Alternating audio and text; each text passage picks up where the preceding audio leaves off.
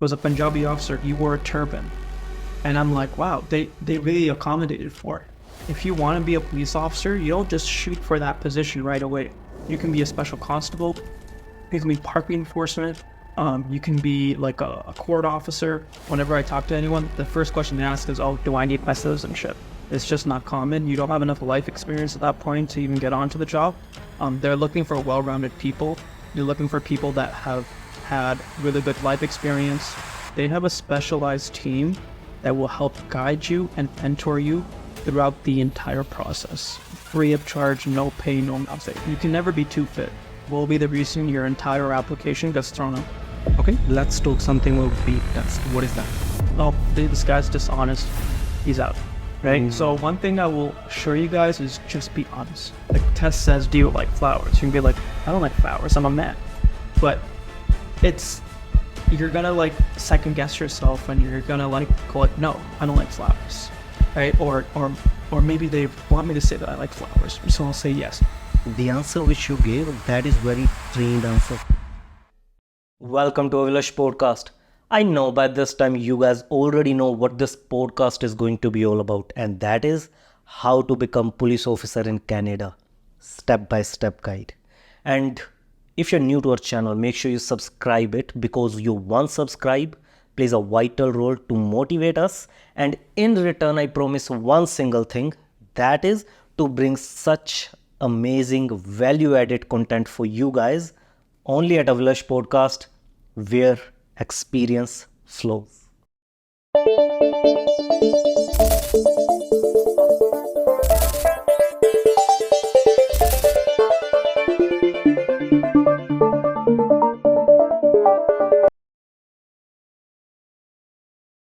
Zyan, welcome to the Avilash podcast. Thank you. How you been, brother? I'm good, how are you? I'm very well, thanks for asking.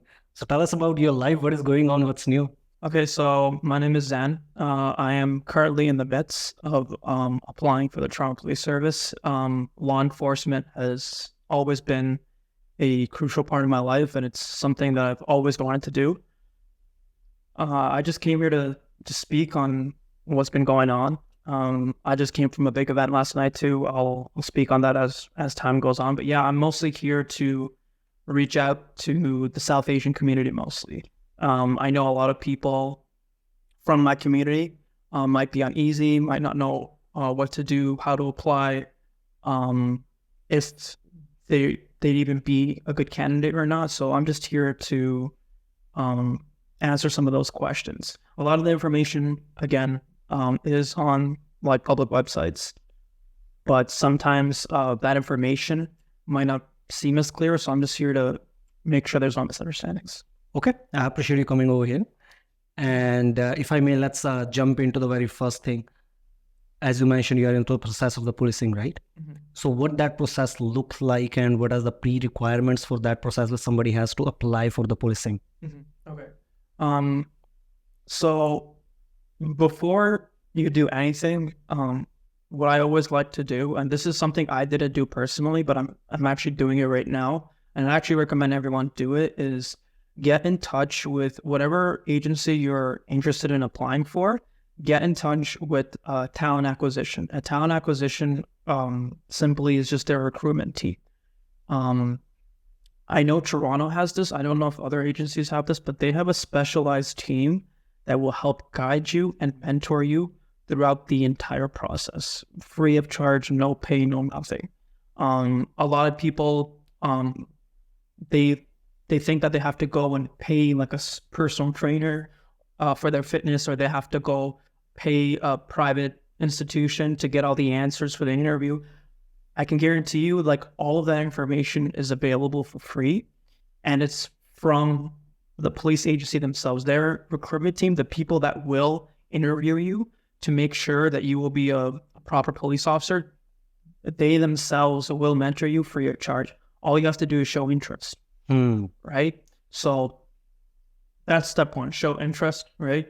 As soon as you get step one, everything else is just a breeze from there, right? So let's talk about like the pre-requirements. Okay. Right? So the first thing, I know everyone, especially everyone, and whenever I talk to anyone, the first question they ask is, oh, do I need my citizenship? Right? You don't need it is preferred if you had it, but I'm pretty sure if you have a PR, you just as good.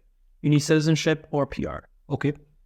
Second, you have to be minimum 18 years of age.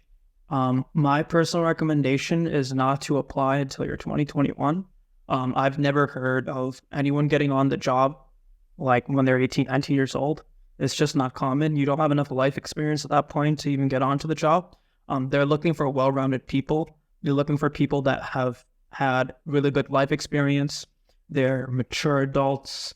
They're unbiased. They're calm in stressful situations. It's a stressful job at the end of the day. Absolutely. So again, an 18 and 19-year-old, like, unless they're like an exceptional candidate, like that has like a perfect resume, they're not going to hire you at that age. So I would, even though you're 18, 19, I would honestly work, get volunteer work, get all those types of work on your resume, grow yourself as a person, and then consider applying. Okay.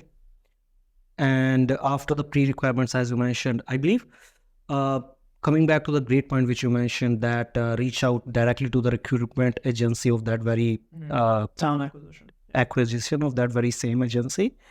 Recently, I think the Peel Police or the Toronto Police was organizing some of those events and inviting maybe future candidates to come over here, and let's see. Yeah, so I believe Toronto does, they do motivational Mondays. So at the police college, I don't know if it's every Monday or every other Monday, but what they do is you just sign up. It's completely free.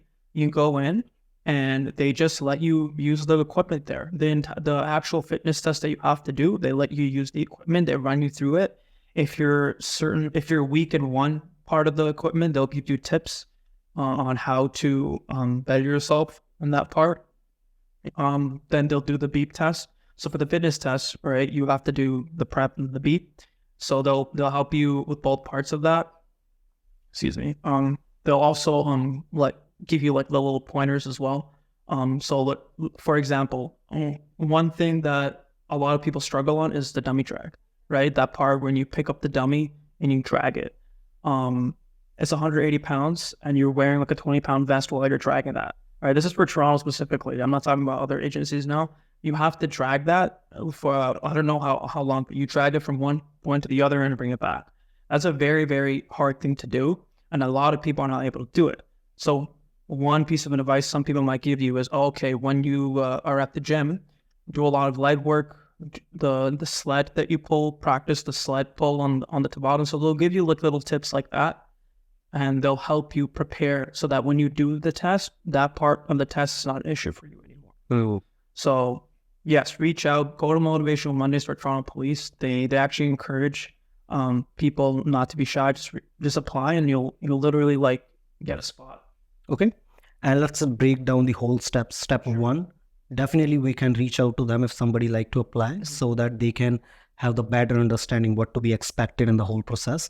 And what will be after that, the actual process will be. Okay, so I also failed to mention you do need certain vision and hearing requirements as well. Okay. So your vision has to be 20/20. I believe it's 20/40 and corrected. The exact vision and hearing requirements are all listed on the website. So whatever agency you're interested in, make sure you get those requirements, go to your optometrist or your audiologist and have them check it out. If you do meet those requirements, then you're good.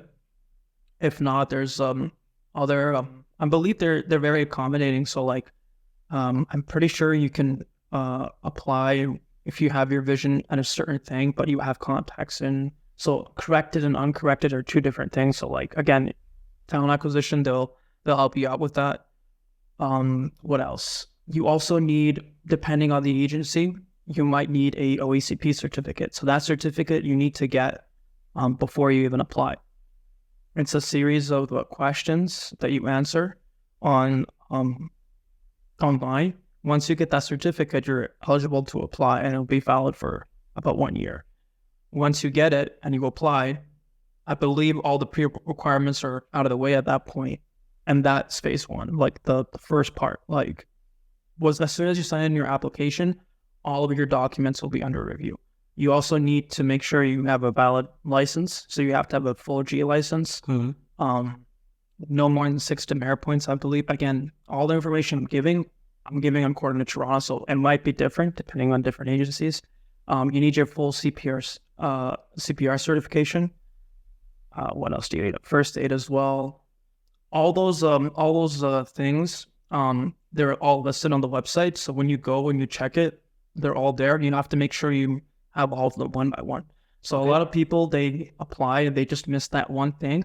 Missing that one thing will be the reason your entire application gets thrown out the window. And anytime your application is thrown out, there's a grace period until you can apply again.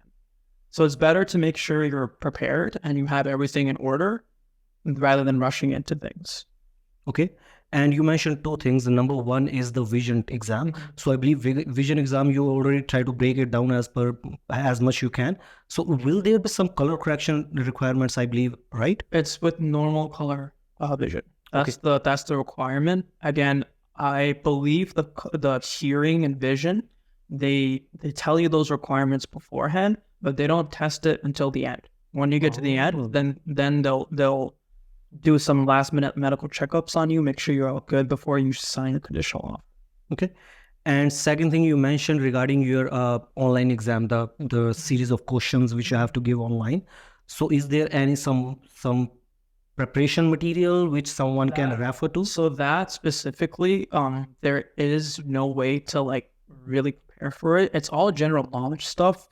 When I did it, I remember it's just questions to test your grammar. I mean, there's no pass and fail on that. You just have to be able to answer all the questions within the time limit they give you. And you don't even know the results. So you don't know if you pass or fail or not. Only the team that is going to interview you, those results are forwarded to them.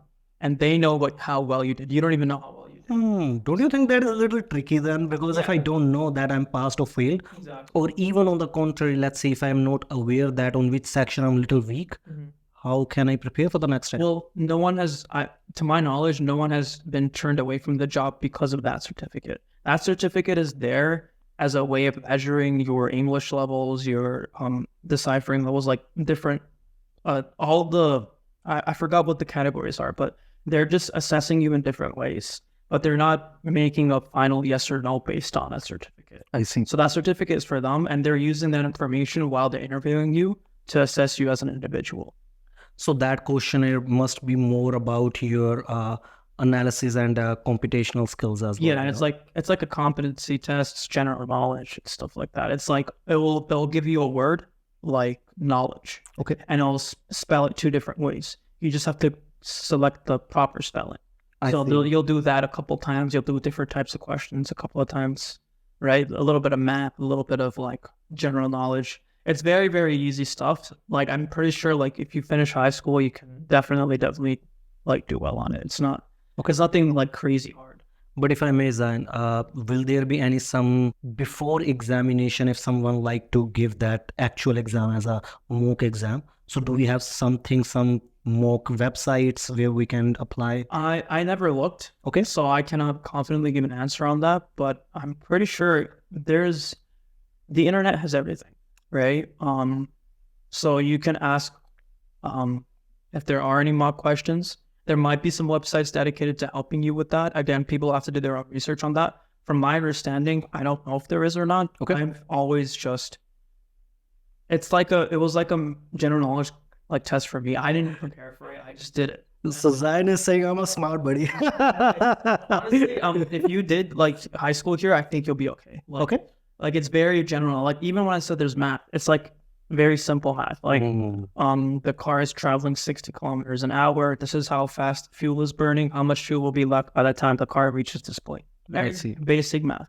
It's nothing complicated. I can assure people on that. A lot of people worry about that part. It's honestly like, as long as you answer within the time limit, you will get your certificate. I see.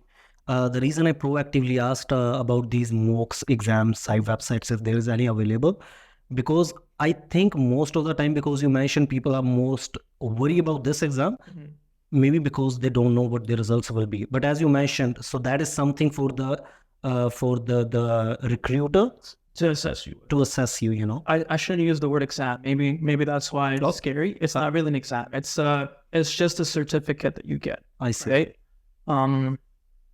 But yeah, it's a lot of people worry about that, but they don't even have their driver's license yet. So I've dealt with people that go like, oh yeah, I'm going to apply next year, but they don't even have their G1 yet.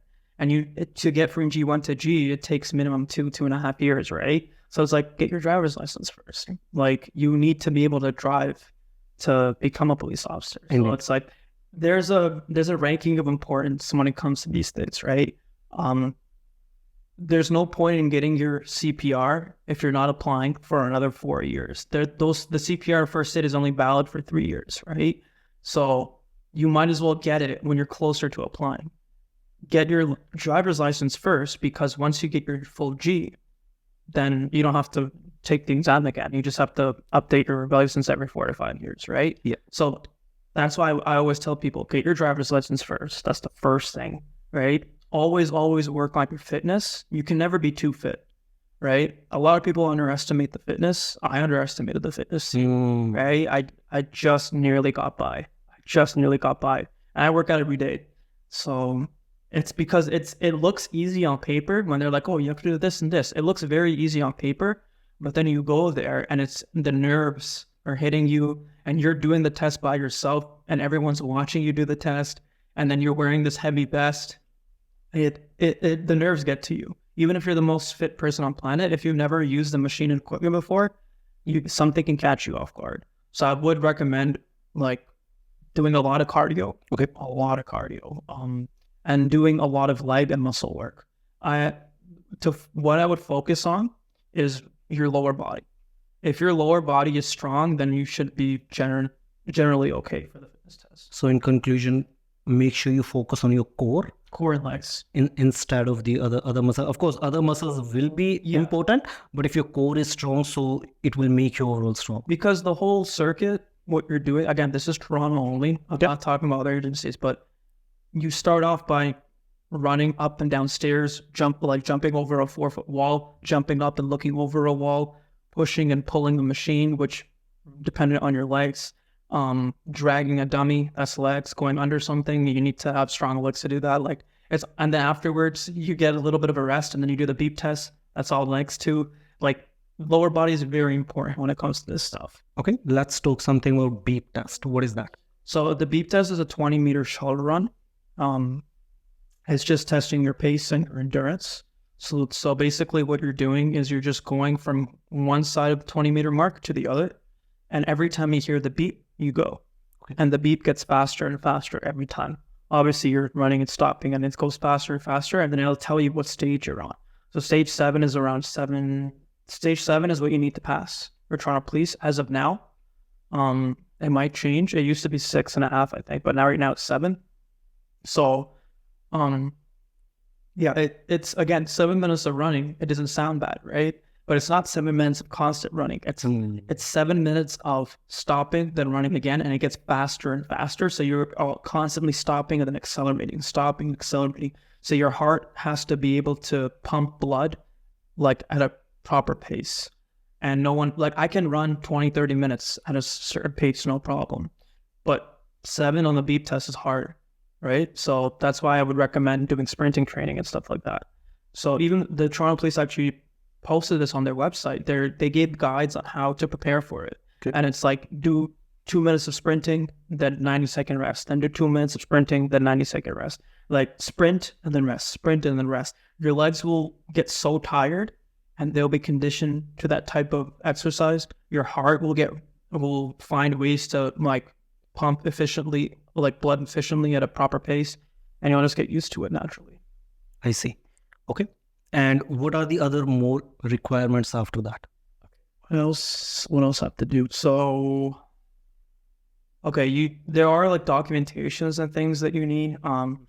Again, I can't think of anything off the top of my head, but it's just stuff like transcripts. Okay. One thing I'll tell you is, do not try to outsmart them. They're the police. They know everything.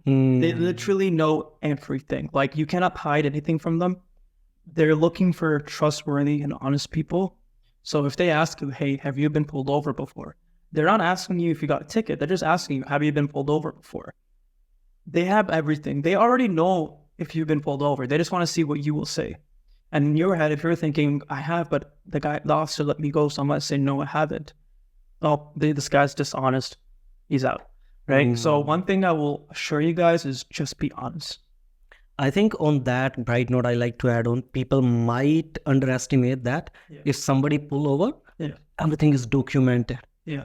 Everything is documented. Because when you get pulled over, that officer is running your plates. When he asks for your license or registration, even when he gives you a warning, it's in their system that you have a warning, right? Because they need to keep track of the warnings too. Everything is documented. Even though you didn't do anything, there's no charge, there's no nothing, you're still clean.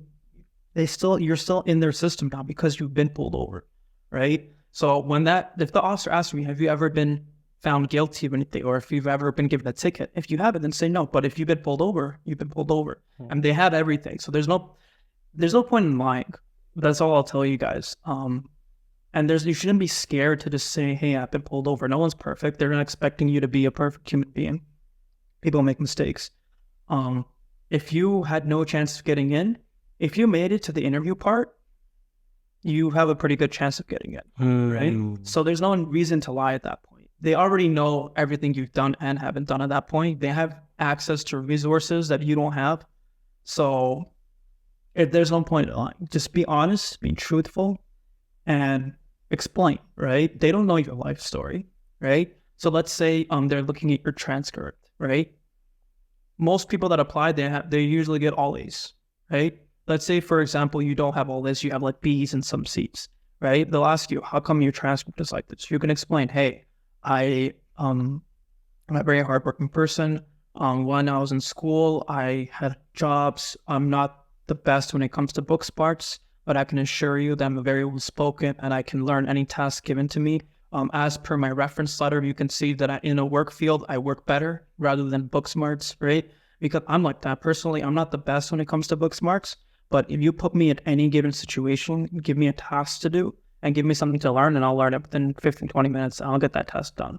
So everyone's different in that regard. Some people can't do that, but they're very good behind the books. They can get A pluses on all their tests, but they can't do something like, I don't know, like change a tire or something. So everyone has their strengths and weaknesses, and that all they're looking for is for you to articulate that. So again, if you do have something that you think will hold you back and you're giving that interview to them, they're just looking for you to explain, hey, how come this is like this? Oh, okay, there's a reason why. Okay, you're not that strong here, but then I noticed you're very strong in this. So, okay, well, that makes up for it then, right? No one's going to be 100 in everything. There might be 100 in one thing and then like 40, 50 in another, or like 60, 70 in another thing, right? And that's just how human beings are. And there hasn't been anyone that has been 100 in everything, right? Because it's just impossible. We all have our flaws. True. And what is the importance of drink and drive when it comes to examinations? What do you mean? Just don't do it.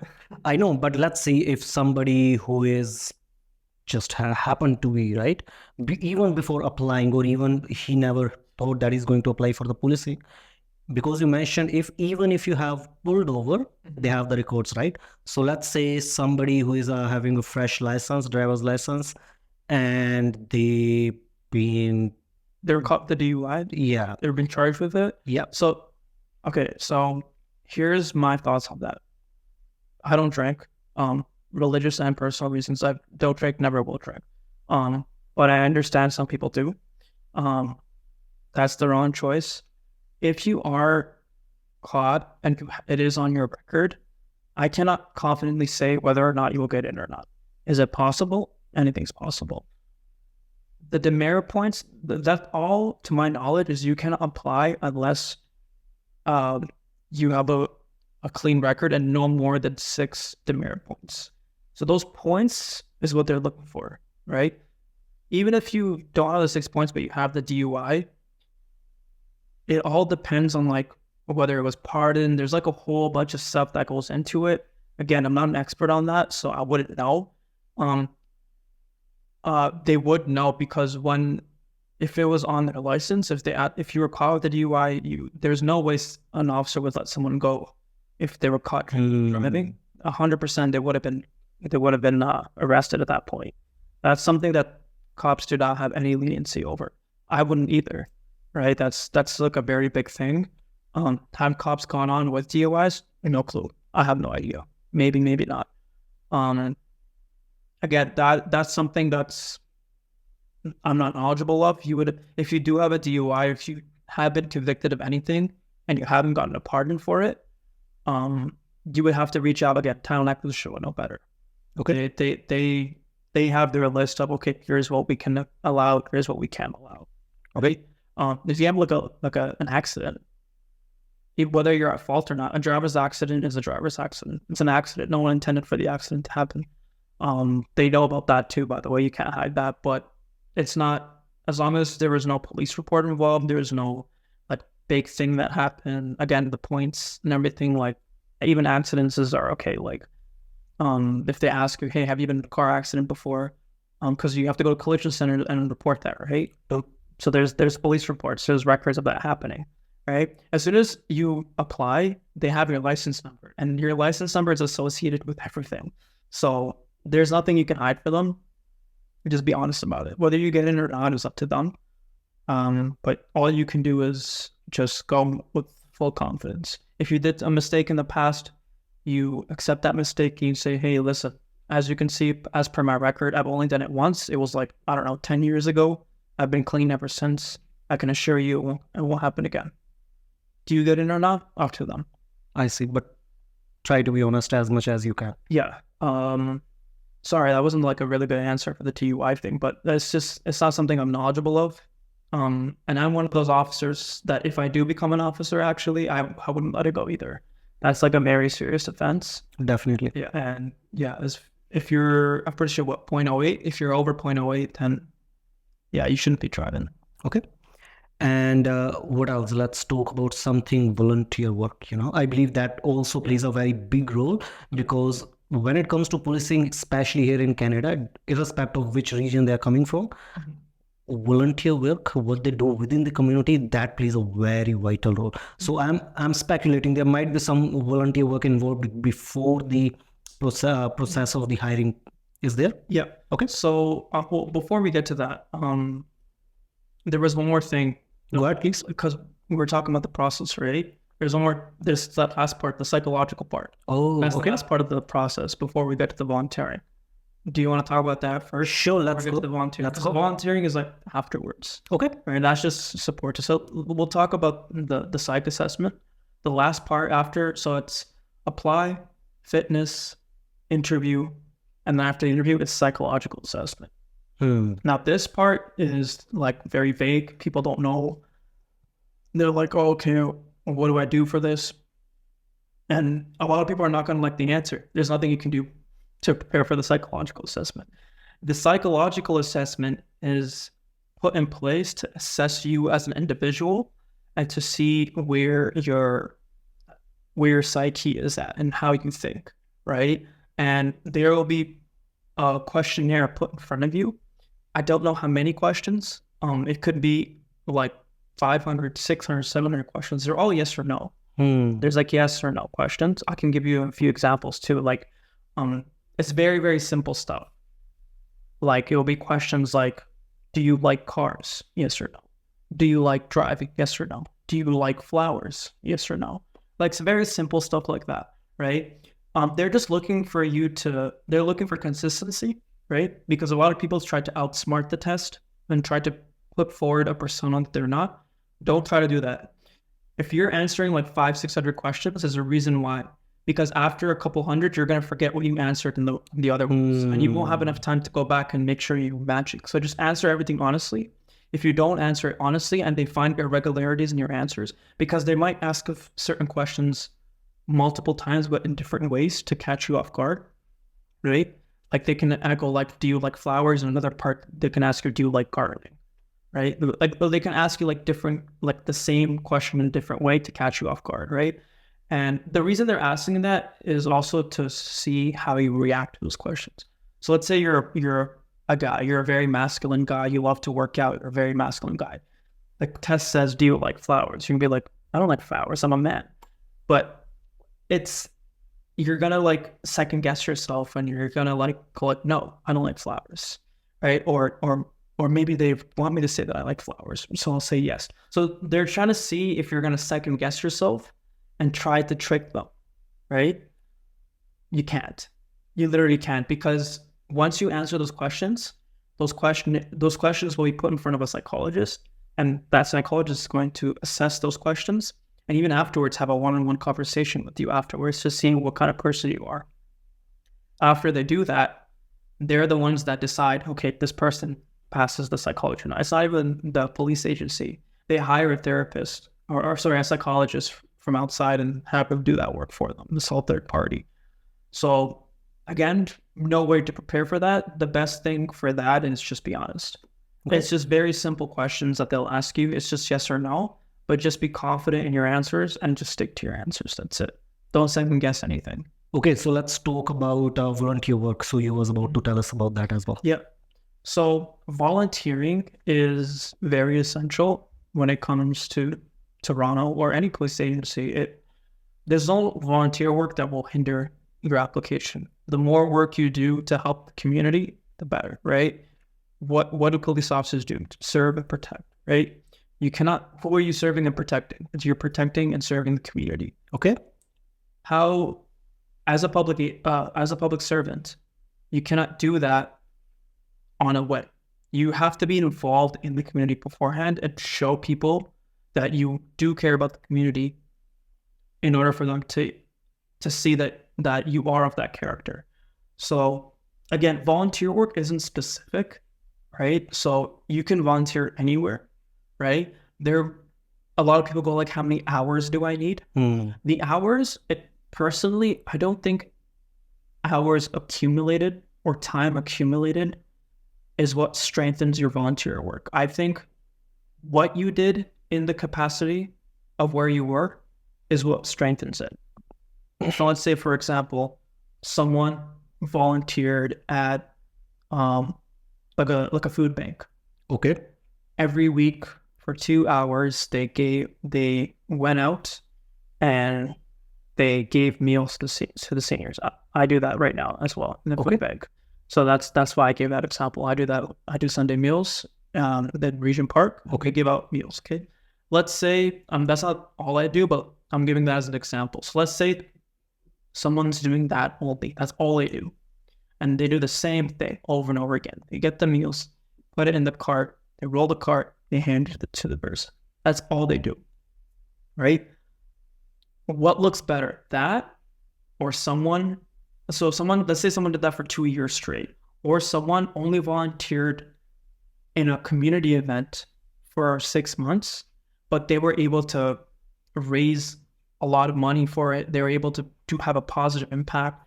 Everyone knows them by name. They were able to move that community forward. The community knows who they are right now. They know them on a first name basis, and they built that rapport. So I'm not undermining the other thing. I'm just saying that like the hours accumulated or the time accumulated isn't that important. What's more important is the work you're doing, what you're doing, who you're helping, right? Like, so when I go into that building and I'm handing out those meals, I almost know everyone's name now in that building. I almost know those seniors personally. Yes, there's language barriers, but they see me.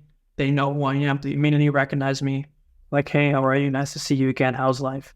Look, here's your meal. I can't wait to see you again next week. That rapport is built, right? There's direct involvement, actual engagement there. So when people ask, I always say, yes, do volunteer work, but do meaningful volunteer work, right? And again, there's no such thing as like a waste of volunteering. So I would say that if you are doing something, try to find something within what you're doing to improve on it, right? Don't just stick to your regular schedule, because there's always going to be someone with more hours than you. Definitely. Right? I volunteered from 16 to 18. I would teach little kids martial arts. I volunteered like 10 to 15 hours every week. And I accumulated, I think, a couple hundred hours just doing that. And then I found out someone was already doing that, and he had double my hours, right? So now I'm like, okay, I can never catch up to this guy, right? And if we apply and we both did the exact same thing, he did the same thing and I did the same thing. He has more hours, and that's the only difference between the two. He has more hours than me. So they're going to pick him, obviously. So now I have to find a way to make my application look stronger. So what do? I look for other opportunities, right? I look for a way to put myself out there. And right now, the biggest thing I'm doing, I'm super grateful that I'm a part of it, is something called Project Hope. And this is like a direct project that works under the Toronto Police Service, mainly with 51 Division. And are you comfortable to explain more about that? Yeah, for sure. Okay. I'm the lead volunteer on that project. Basically, the whole point of that project, it started off as a way to help Afghan refugees from Afghanistan. It was a way to reach out to them and help them in any way, shape, or form. Initially, it happened every Christmas. So what we do is we do a toy drive, and we still do this around every Christmas time. We would collect toys for Project Hope, and we would give them to underprivileged kids, right? And a lot of these kids, especially because they're from Afghanistan, they've never seen a toy in their life. So they were super grateful, and they really, really enjoy like seeing that the community cared about them. You have to realize that when they come to Canada, right, you look at the country they're coming from, they're very scared of military and authority and stuff like that. So we need to show them that in Canada, the police is someone they can trust, right? And we need to make sure that people, and it's not just them, like everyone in general, a lot of people are scared of that uniform. So this is where community engagement and community policing comes into play. We need to ensure that like that stigma is removed and that people are more comfortable with that uniform. So that work is essential for that. So it started off with the toy drive. Then we were specifically helping the Afghan refugees. Then we were able to help out more people as the project grew more and more. We were able to help Syrian refugees. When the earthquake unfortunately happened in Turkey, we were able to help them. We were able to help refugees from Uganda. We were able to help refugees from Ukraine. It is slowly becoming bigger and bigger and bigger. We're accumulating more and more money, and all that money that we get, we're just donating it. We're just literally trying to help as many people as we can. We're buying gift cards, for buying school supplies, food stamps, we're getting anything we can, right? We're also making sure that the community, whatever community that we're helping, knows that there is help available. Again, we're doing our best, and the more and more people know about the project, the easier it is for us to help out, right? True. Yeah. What else was I gonna say? As of recently, literally last night, I don't know when you guys are gonna post this, but literally last night I was at the Toronto Police College, and we held an iftar. So basically, that is it's a way of so when we fast from sunrise to sunset, and at sunset we open our fast. That's what we call iftar. And the Toronto Police was able to host that event for the very first time because we had some Palestinian refugees come in. So we were able to host them, and this was the first iftar that the Toronto Police has ever hosted, and they posted this on their Instagram page. So that's beautiful. Yeah, so I'm so happy I got to be a part of that. This is one of the main reasons why I wanted to join the Toronto Police Service specifically as well. Okay. Because when you're growing up, right, and you see a police officer, they all fit a certain look. I'm not going to specify what that look is, but they all specify a certain look. And they didn't look like me and you. They looked very different, right? And as time went on, I'd noticed that it changed. They're hiring more and more people of color. More women are getting onto the job. The first turning point that I saw is when I saw a police officer with a turban. It was from the Sikh community. It was a Punjabi officer. He wore a turban.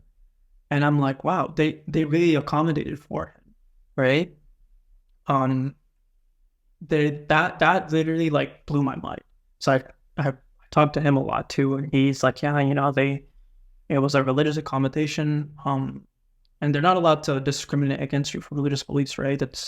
They won't violate their charter right like that. So that is something that really, really like strengthened my drive and my passion to want to join the service.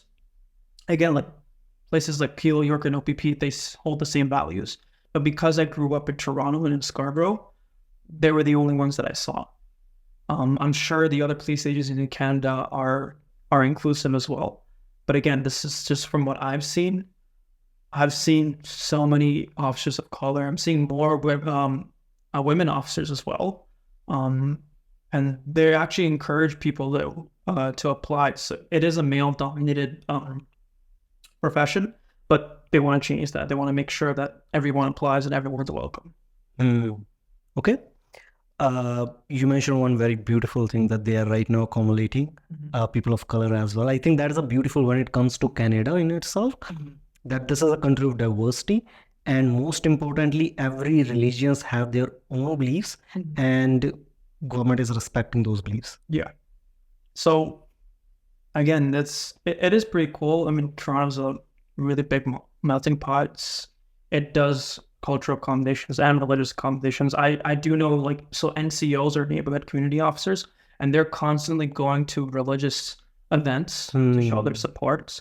So right now Ramadan is going on, so like all the officers are showing their support, and some of them are even fasting to show their support, right? And they're being accommodating to that religion. When Christmas comes, we all celebrate Christmas.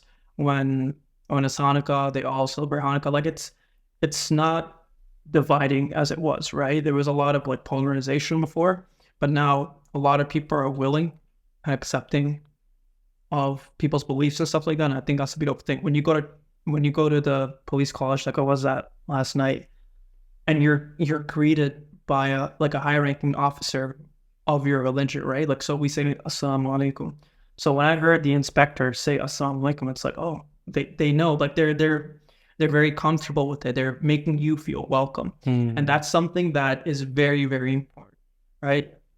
And if you don't get rid of that animosity between the police and the people, because a lot of people are scared of the police because they think of themselves as lesser, right? They look at the police as authority, which they are authority, but they assume that authority with abuse of power.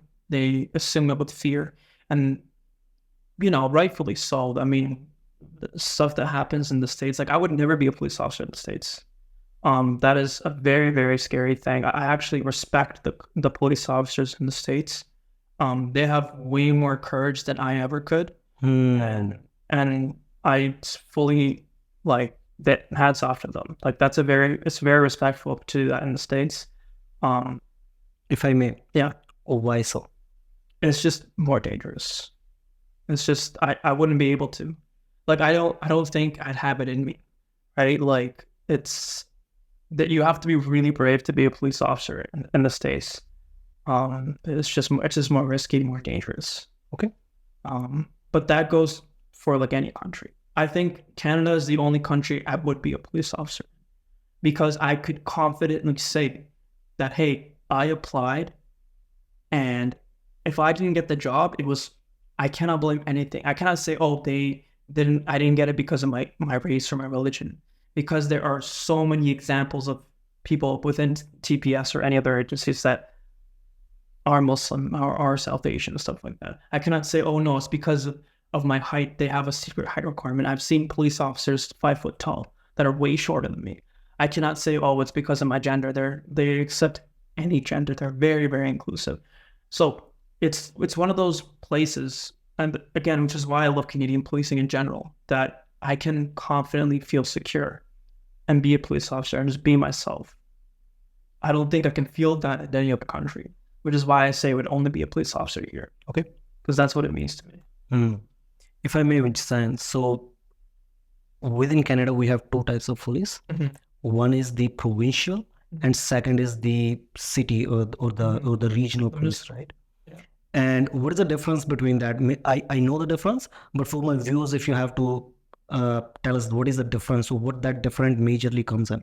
I think it just comes down to jurisdiction. I do know, so the powers that police officers get, they have specific police powers, and and the Police Services Act actually like highlights all that. It's not really like a matter of provincial municipal. So like if something happens in Toronto, the Toronto police will come. If something happens in the highway, a Toronto police officer can still pull you over on the highway. But you're more likely to get pulled over by OPP, which is Ontario. This is more of a provincial thing. The Highway Traffic Act, which is how most driving offenses are in the Highway Traffic Act. An OPP officer can charge you with the HTA just as much as a TPS officer or a probation officer can charge you, right? RCMP is federal, but their police I believe their police powers are relatively the same. It's just a matter of jurisdiction, right? And again, just because a Toronto police officer is in Mississauga and he's out of the TPS jurisdiction, it doesn't mean he just cannot give you a ticket now because he's in probation and he's not only an officer. He can still give you a ticket, right? That his job is to enforce the law and to keep the city safe. And it's not just the city. He needs to keep everyone safe. If he sees something happening, his jurisdiction doesn't stop in Toronto. He has just as much right to enforce his authority in Peel or in York as he does in Toronto. I see. And if I may fall into that, so let's say a Toronto police officer happens to be in a Peel region and he pulls someone over and give him a ticket. And that ticket, if that individual has to, fight the ticket, so they will go to the Peel police to fight it? So whenever someone gives out a ticket, I've never gotten one, so I don't know, but I'm pretty sure you have to go to court with that officer. That officer is going to be in Toronto, obviously. So you would have to go to Toronto. Okay. From my knowledge. Okay. I don't 100% know the right answer to that. And again, it would all be dependent. Like when you get a ticket, all the instructions are in the back. And it tells you, okay, this is what your charge was. These are your options, right? When you follow those options, it'll tell you where to go, right?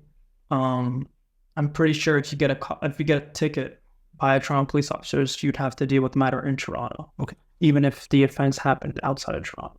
Okay. That's my understanding of it. It might be different. I don't know. And Zyan, you mentioned one thing that yesterday you was in an event. And let's say if somebody who is not into policing and like to be a part of that particular event, how they can be?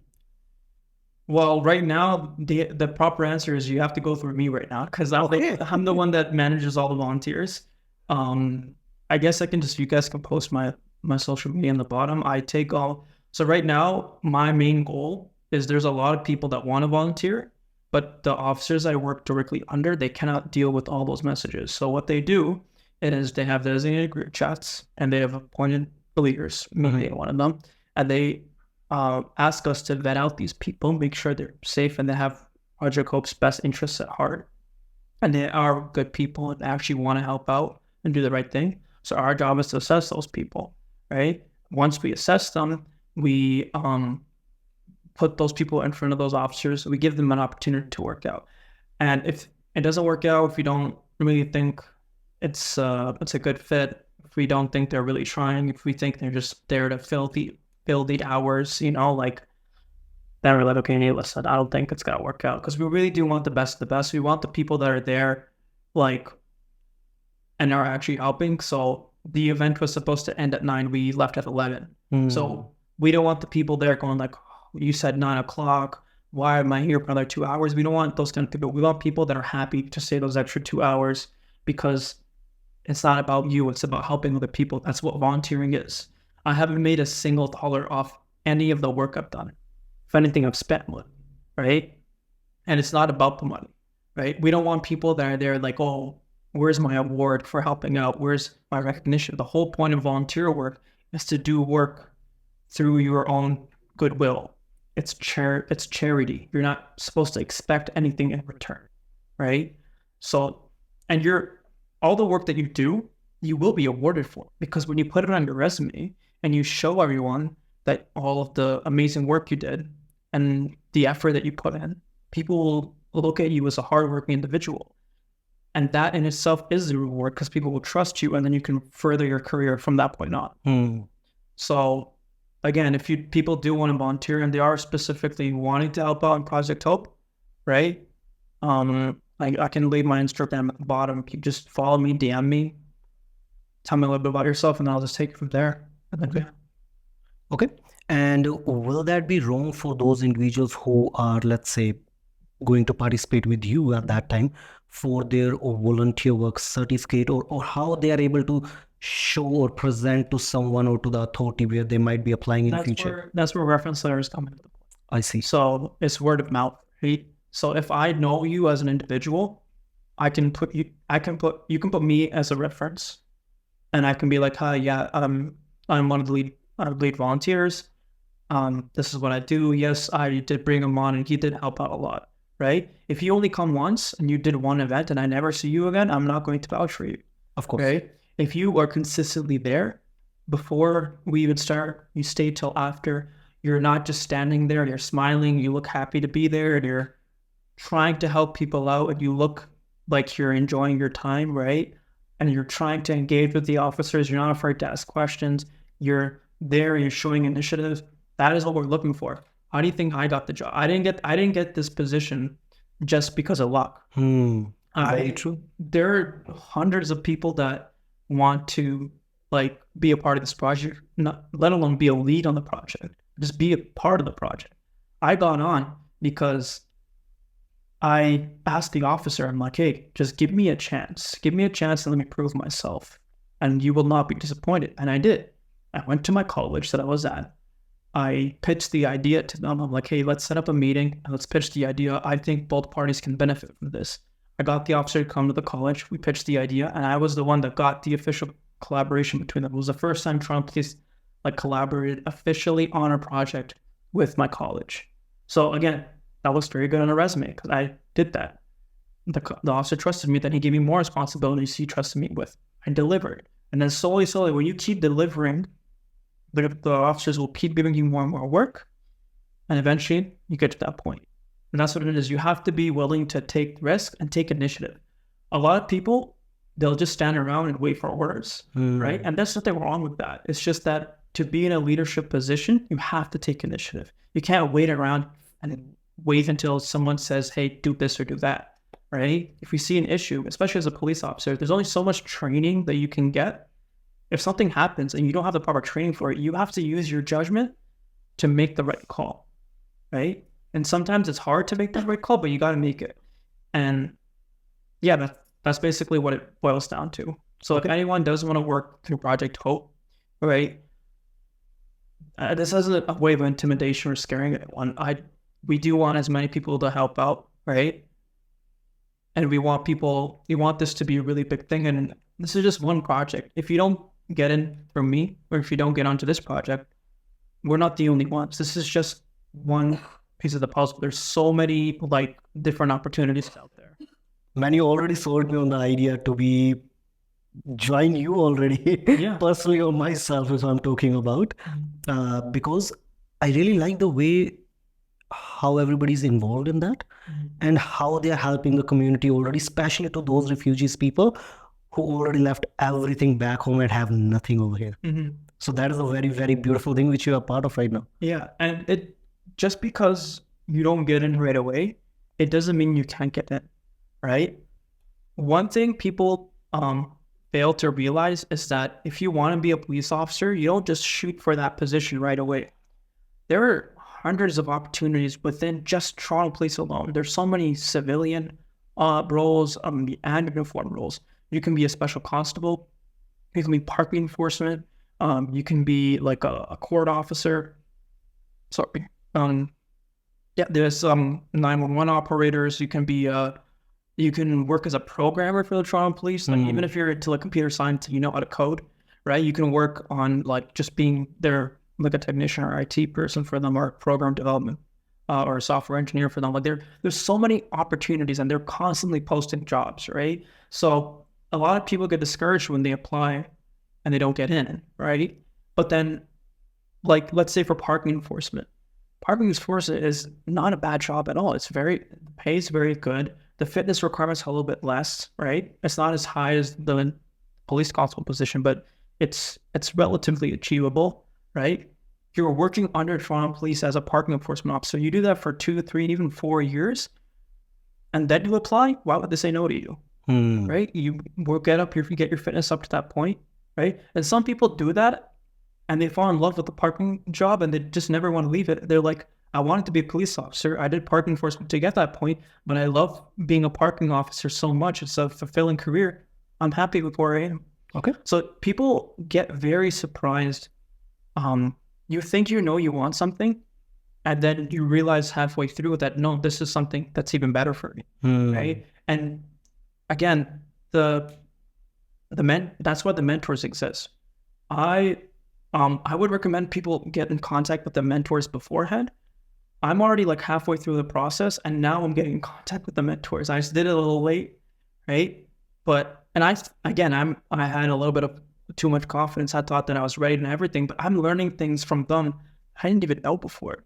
They're making me think in ways that I didn't even know I should be thinking of, because there will be questions that they will ask you on the interview, right? And it's not a simple yes or no, this is the answer to my question. You should be able to answer their questions for 5 to 10 minutes. You should be able to talk. They want people that know how to talk. And you can't like make something up for 5 to 10 minutes straight. That's why they want long answers, right? If I ask you, why do you want to be a police officer? You can give me a couple of reasons why, but you can't really keep talking about it. I can keep talking about it because I've wanted this my whole life. So I can talk for 10, 15 minutes about this issue. So that's why they're looking for long answers. They're looking for articulate answers, right? And that's why you should get in contact with those mentors, because they will help you look in that specific direction. They'll help you prepare for it, right? One thing I struggle with is I say a lot. I say when I'm thinking. It's better to just not say anything rather than say right? So that's something I learned too. So I'm like forcing myself to look in the mirror, talk, and not say the word and try to like keep my vocabulary and my vernacular like very clean. So that's just one thing I learned. There's another thing you can do. So see, I said it again. I said again. Right? Again, you might not realize it, but a lot of people do. They pick up on those things. What was it? I lost my train of thought. Yes, don't be afraid to, when the interviewers ask a question, don't be afraid to ask them for a little bit of time. They're not expecting an answer right away.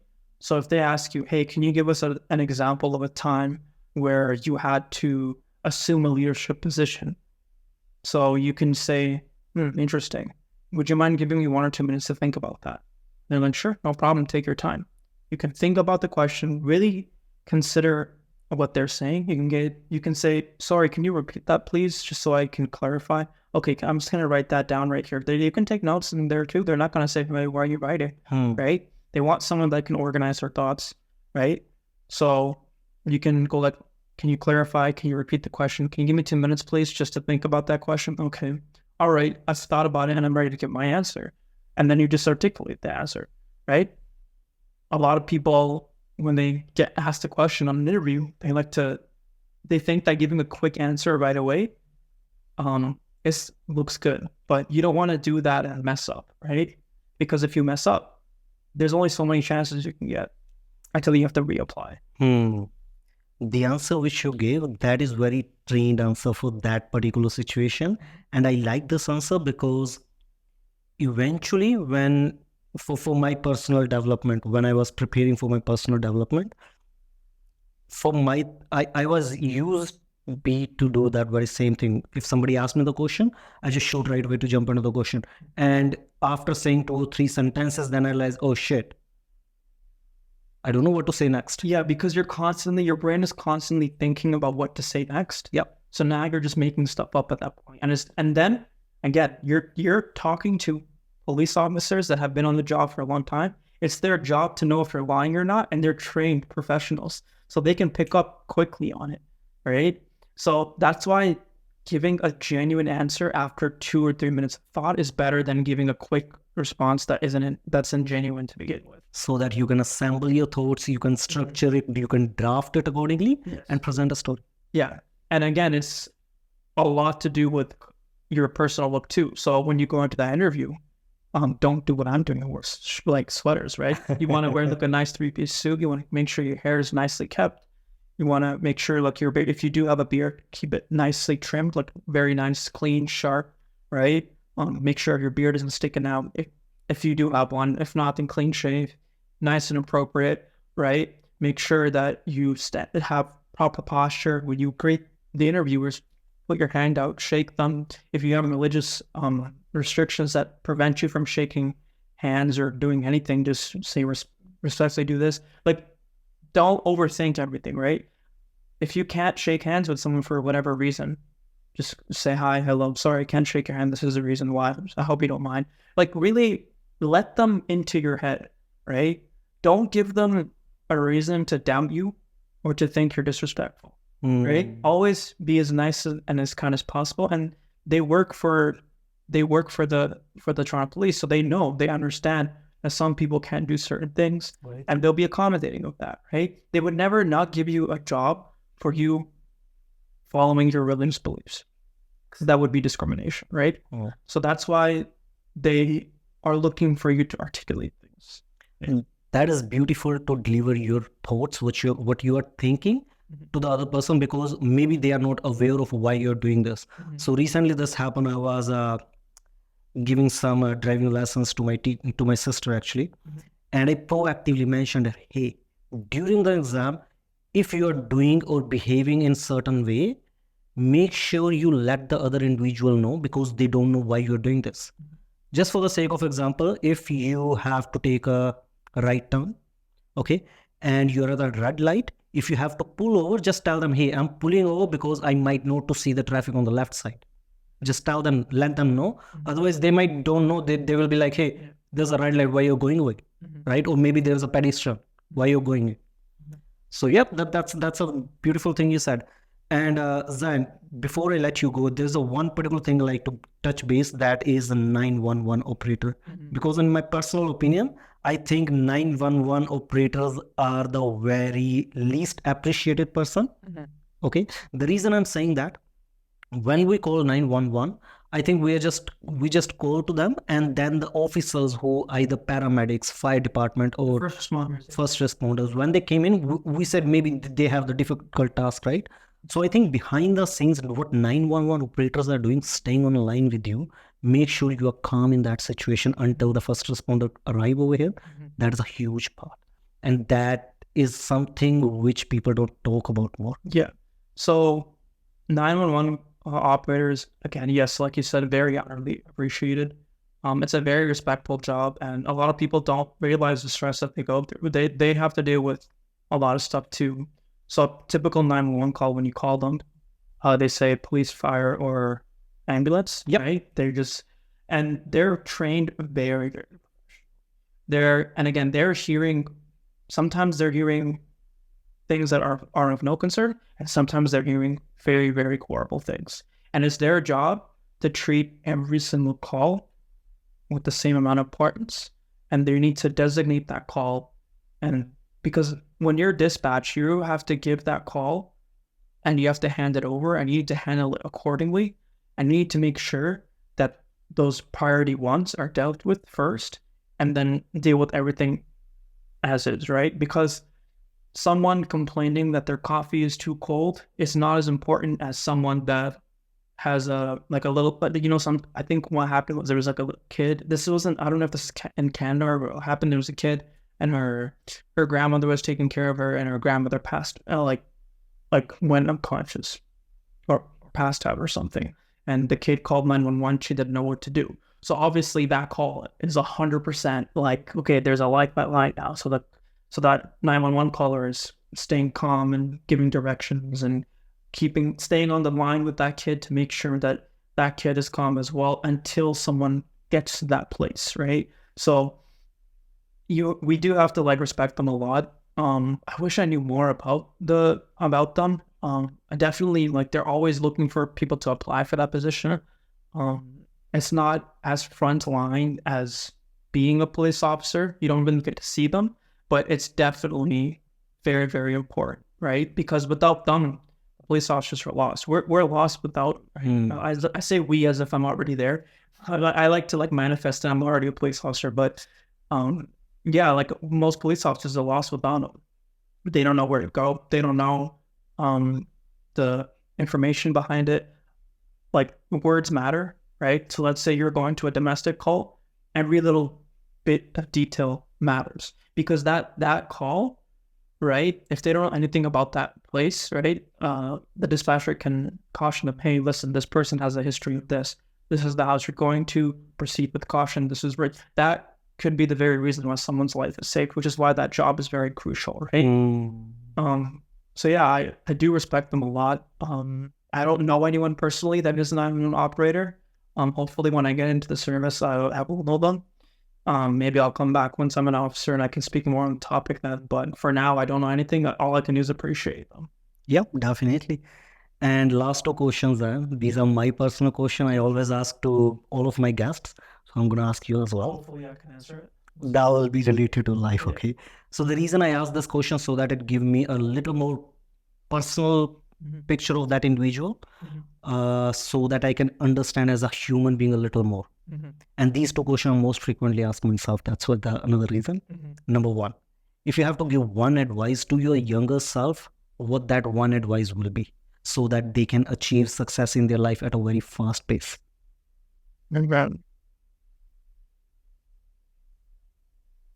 I'll change that to two. I'll give two pieces of advice. Go ahead. I think they go hand in hand. Okay. I think everyone regrets stuff, but I think that you shouldn't really regret anything, because who you are now is because of everything you did. So all the good and all the bad that happened in your life has led you to this position. I'm sitting in this chair not because of all the good things that I've done, but it's also all the bad things, right? My life was in no way perfect. I'm not living a millionaire lifestyle. I've never wanted to do this job because of the money, right? If I wanted to be rich, I would literally just focus on math and I would get an accounting job and be very rich right now. Money is not my drive, right? So one, no regrets. Always appreciate everything that's happened in your life, right? Because the bad things that happen in your life are lessons, right? Trust me, I've had a lot of bad things happen in my life and I took them on the chin. And when I was immature, like 16, 17, I would blame everyone but myself. And now I begin to appreciate those things. The second piece of advice I would give is that, this is more personal to me because everyone's personality is different. I'm a very giving person. Okay. But one thing I've learned is you can't please everyone. You cannot please everyone. And when you live your life trying to make everyone else happy, you tend to forget about yourself and you tend to sacrifice your own personal happiness for the sake of others. Yes, help people and be kind to people, but you should learn that there's a fine line. And when you start losing respect for yourself, then it becomes very dangerous to your mental health, right? Like I was at the point where I was giving out favors for people and helping people. And they so much, when I needed help, they so much didn't even look in my direction.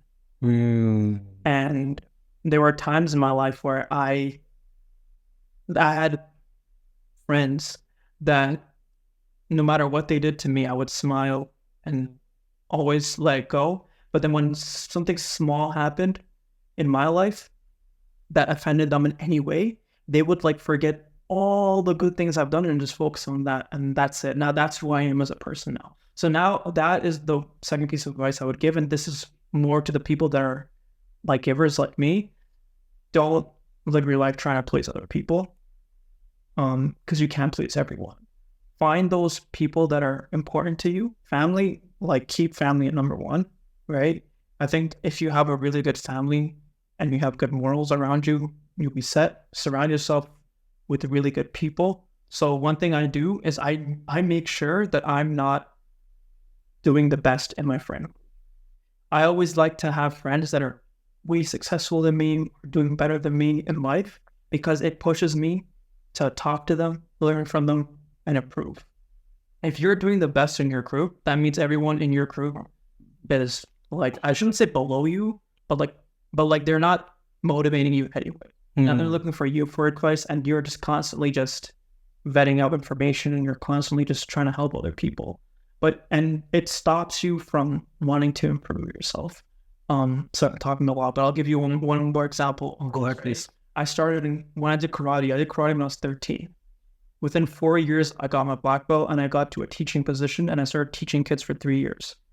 I loved it and I enjoyed it so much, but I realized that I came to the point where I'm doing all this free work and I'm not getting better as a fighter. So I had to leave, and then I went to kickboxing for 4 years. I did that for 4 years, and I came to the point like, okay, no one's beating me. I'm not getting any better. Okay, I'm going to leave this place. I'm going to go do jiu-jitsu. Now I'm doing jiu-jitsu. I've been doing jiu-jitsu for a year. And now I'm literally the worst in my gym. Everyone beats me, but I love that because it's forcing me. I'm a very stubborn. I want to get better now. So I'm like trying to improve myself now. So the second piece of advice, sorry, it's like I dragged it out, but like you can't please everyone. So focus on the people that do appreciate you and always try to strive to do better. Okay. That would be my main 2 things. Thank you. And that is a very thoughtful actually advice, which I like about. And second question, Zyan, if you have only 24 hours in your life, how are you going to spend those 24 hours? Well, this is going to be a very boring answer. Go ahead. But I am very religious. So I don't have any wife or kids right now. So I would just spend it with my mom, dad, siblings, and just spend my final moments just praying. Yeah. And I know it's boring, but I'm a very religious person, so I would just turn to God. Well, if you ask me, I don't think that is actually boring. The reason I'm saying that, because majority of my guests who are on the podcast, when it comes to those 24 hours, everybody, without any second doubt, without any blink, they just say family. Yeah. And to me, honestly, this is not a boring answer. Because everything personally, according to me, it narrows down to family, because the family is the only one who was there when you was born, and family is going to be only one who will be there when you're gone. It's unconditional love, right? Yeah. Because friends, they are friends, as you mentioned, you know. I have some actual good friends. I shouldn't have friends like that, but I've had some encounters where I realized, hey, I think this person's just with me because they need favors out of me. And unfortunately, it happens a lot. This is just the way the world works, right? Once I get into the policing, once I make a little bit of money, there's going to be more people like that will be my friend, but they will be my friend, right? So right now I'm trying to improve. I'm only 26, so I still have time, but I'm trying to improve in the way of reading people. Perception is important. I'm just trying to improve myself. Street smart, eh? Yeah. Okay. Well, I believe that is all for today's podcast. How you like it? How you feel it? I enjoyed it. I love to talk, so I could have kept going. Okay, but I enjoyed it. No, I wish the best for anyone that wants to apply. I'm not an expert on the matter.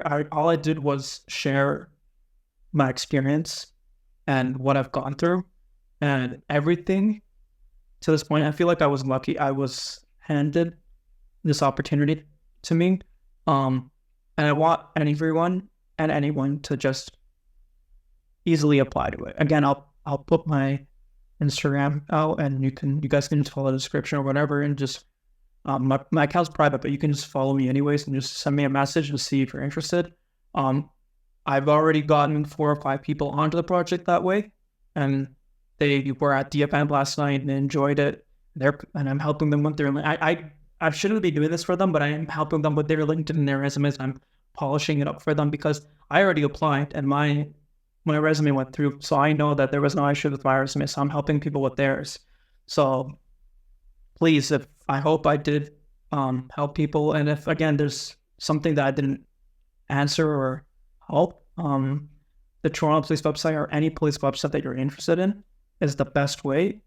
And even further to add to that, mentors. Mentors is something that most people don't know that we have. They are literally like blessings. Like it's their job. They're getting paid to help people get on the job. So they literally want as many people on to the service as they can, right? So please reach out to the mentors. I am in no way a professional on this matter. I'm just giving my experience out. Okay, I appreciate that. Thank you very much, Zyan, once again for coming at the Avilash podcast. Are you guys ready to become a police officer? in Canada? And if you still have any question, make sure you comment those questions and we will answer those questions in our upcoming episode. And if you're new to our podcast, make sure you subscribe it and share with your friends and family members who are planning to become police officer in Canada. Only at Avilash Podcast, where the experience flows.